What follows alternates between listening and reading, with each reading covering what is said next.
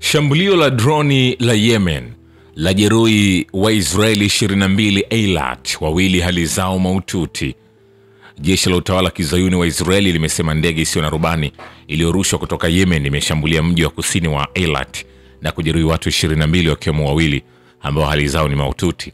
Hayo yanajiri wakati jeshi la Israeli likiwa lingali linaendeleza vita vyake na mauaji ya kimbari ya Palestina kwenye ukanda wa Gaza. Taarifa jeshi la Israeli imesema ndege hiyo ilianguka kwenye eneo la Eilat kwenye pwani ya Bahari Nyekundu Jumatano baada ya mfumo wa ulinzi wa anga wa utawala huo kushindwa kuizuia. Harakati ya mukawama wa Kiislamu ya Yemen ya Ansarullah imetangaza rasmi kuwa ndio iliyohusika na shambulio hilo. Operesheni hiyo ilifanywa na idadi kadhaa ya ndege zisizo na rubani na kufanikiwa kulenga shabaha yake, ameeleza msemaji wa vikosi vya ulinzi vya Yemen, Brigedia Jenerali Yahya Saree. Saree amefafanua kwa kusema, tumeshambulia maeneo kadhaa ya adui Israeli katika maeneo ya al-Rashrash na Bir al-Sabah. Kwa mujibu wa duru za habari, hii si mara ya kwanza kwa mji wa Eilat kushambuliwa na vikosi vya ulinzi vya Yemen. Wiki iliyopita pia ndege nyingine isiyo na rubani ya Yemen ilishambulia mji huo na mfumo wa ulinzi wa anga wa utawala wa kizayuni ulishindwa kuitungua.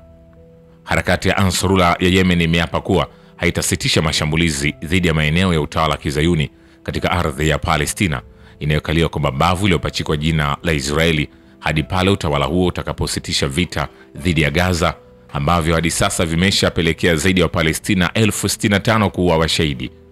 Vita hivyo vilivyoanzishwa Oktoba 2023 na Israeli dhidi ya Wapalestina wa Gaza vimetambuliwa rasmi na jopo la uchunguzi la Umoja wa Mataifa kuwa ni mauaji ya kimbari. Tovuti ya habari ya Politico imeripoti kuwa katika mkutano wa faragha aliofanya rais wa Marekani Donald Trump na viongozi wa nchi kadhaa za Kiarabu na Kiislamu, rais huyo wa Marekani aliwaahidi viongozi hao kwamba hata mruhusu waziri mkuu wa utawala wa kizayuni wa Israeli Benjamin Netanyahu autwae kikamilifu ukingo wa magharibi unaokaliwa kwa mabavu na utawala huo.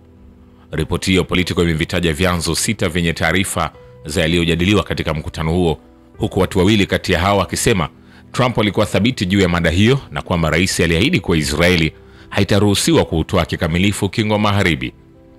Kwa mujibu wa tovuti hiyo ya habari, Trump aliwasilisha kwenye mkutano huo na viongozi wa nchi za Kiislamu waraka wa mwongozo juu ya namna ya kumaliza vita vilivyoanzishwa na utawala wa Israeli dhidi ya Gaza, ambao unajumuisha ahadi ya kuzuia kunyakuliwa ukingo wa magharibi na mpango wa utawala na usalama wa Gaza baada ya vita. Hata hivyo, wachambuzi wa mambo wanasema ahadi hiyo iliyotolewa na Trump inaonekana ni kitu cha kushangaza, ikizingatiwa kwamba sehemu kubwa ya ukingo wa magharibi unaokaliwa kwa mabavu tayari imeshaporwa na Israeli na viongozi wa Marekani wameunga mkono hatua hiyo hadharani au kuipa mgongo na kutoijadili. Kuhusiana na mkutano wa rais wa Marekani na viongozi wa nchi za Kiislamu, ni Rais Recep Tayyip Erdogan wa Uturuki pekee ndiye aliyetoa maoni yake hadharani akisema majadiliano hayo yalikuwa chanya na yamezaa matunda, lakini hadi sasa hakuna taarifa rasmi iliyotolewa kuhusu kile kilichojadiliwa. Mkutano huo wa faragha uliofanyika siku ya Jumanne pembeni ya mkutano wa Umoja wa Mataifa ulihudhuriwa na Trump na viongozi kutoka Uturuki, Qatar, Saudi Arabia, Misri, Pakistan, Jordan, Indonesia na Muungano wa Falme za Kiarabu. Vilevile Amir wa Qatar Sheikh Tamim bin Hamad Al Thani amelaani vikali vitendo vya Israeli, huku akiutaja utawala huo kuwa wa kihuni kufuatia shambulio la karibuni lililolenga ujumbe wa mazungumzo wa Hamas mjini Doha. Shambulio hili la kisaliti la Septemba 9, kama alivyoeleza kiongozi huyo wa Qatar, lilitekelezwa katika eneo la makazi linalojumuisha shule na ofisi za kidiplomasia. Akizungumza katika mkutano mkuu wa 80 wa Umoja wa Mataifa uliofanyika katika makao makuu ya UN jijini New York siku ya Jumanne, Sheikh Tamim alisema kuwa tukio hilo lilikuwa ni mauaji ya kisiasa yanayodhoofisha juhudi za kidiplomasia za kukomesha mauaji ya kimbari yanayoendelea Gaza. Aliongeza kuwa ukweli ni kwamba wao wa Israeli walikuwa wanashiriki katika mazungumzo na ujumbe huku akipanga mauaji ya wanachama wa timu hiyo hiyo ya mazungumzo. Kiongozi huyo wa Qatar amebaini kuwa ni vigumu mno kushirikiana na fikra isiyoheshimu hata viwango vya msingi vya diplomasia, na kuongeza kuwa Israeli huona mazungumzo kama mwendelezo wa vita yenye lengo la kuwapotosha raia wake.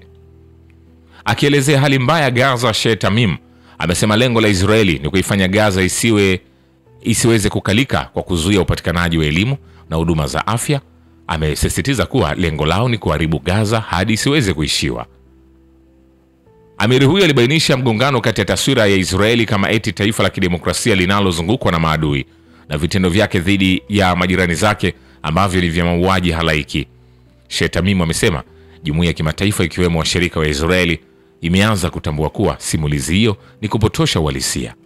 Amefananisha harakati ya mshikamano wa kimataifa na wa Palestina na upinzani wa kimataifa dhidi ya ubaguzi wa rangi Afrika Kusini, akidokeza kuongezeka kwa uelewa na upinzani dhidi ya dhuluma zilizo wazi. Aidha, Sheikh Tamim ametoa wito wa kuheshimu utaratibu wa kimataifa unaozingatia sheria, akisisitiza kuwa misingi hiyo ni muhimu kwa ajili ya kudumisha amani ya dunia na heshima binadamu. Akirejelea mashambulizi ya karibuni dhidi ya Qatar yaliyofanywa na Israeli, amesema kuwa kuruhusu ukiukwaji wa kanuni za kimataifa ni sawa na kuruhusu utawala wa msituni ambapo wavamizi hutenda uhalifu bila kuadhibiwa.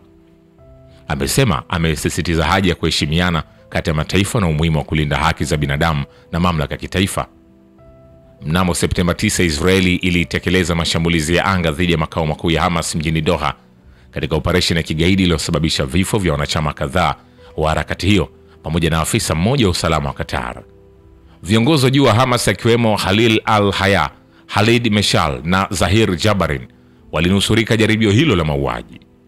Baada ya shambulio hilo la umwagaji damu, Qatar ililaani mashambulizi hayo yaliyotekelezwa na Israeli na kuyataja kuwa ugaidi wa kitaifa na kuahidi kujibu mashambulizi hayo.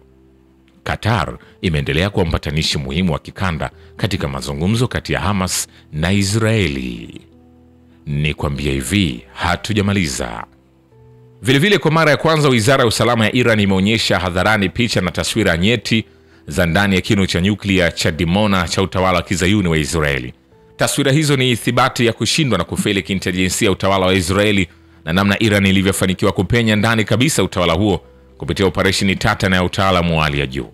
Waziri wa usalama wa Iran Ismail Hatib amezielezea taarifa zilizonaswa kuwa ni hazina ya kiintelijensia ya silaha za Israeli, na akasema hazina hiyo iliyohamishiwa nchini inajumuisha mamilioni ya kurasa za taarifa mbalimbali na zenye thamani kubwa zinazohusiana na utawala wa Kizayuni.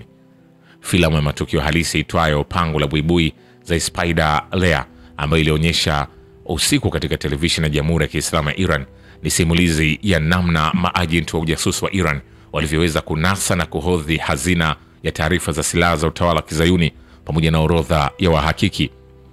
Watafiti na maafisa waandamizi wa miradi ya silaha zinazokinzana na ubinadamu, wakiwemo pia wanasayansi wa Marekani na Ulaya wanaohusika na miradi hiyo.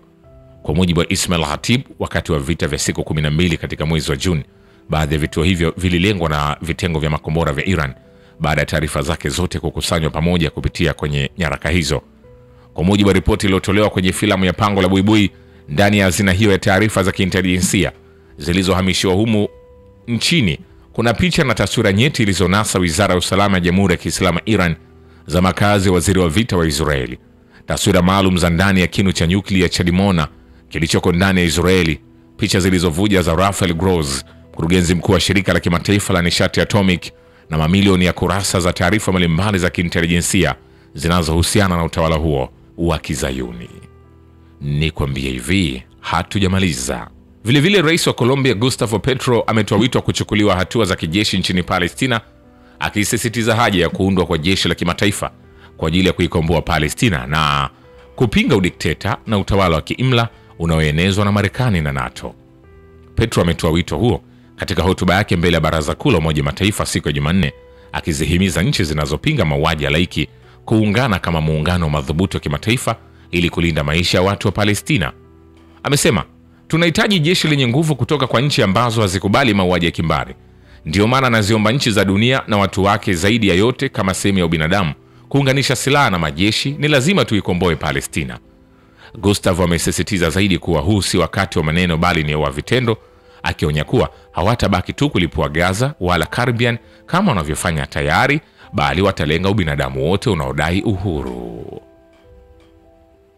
Shukran kwa Babe Ukivita na Historia ya Dunia. Mimi ni Richard Shio, The Rich Voice. Ni follow Instagram na TikTok kama Rich Voice Official.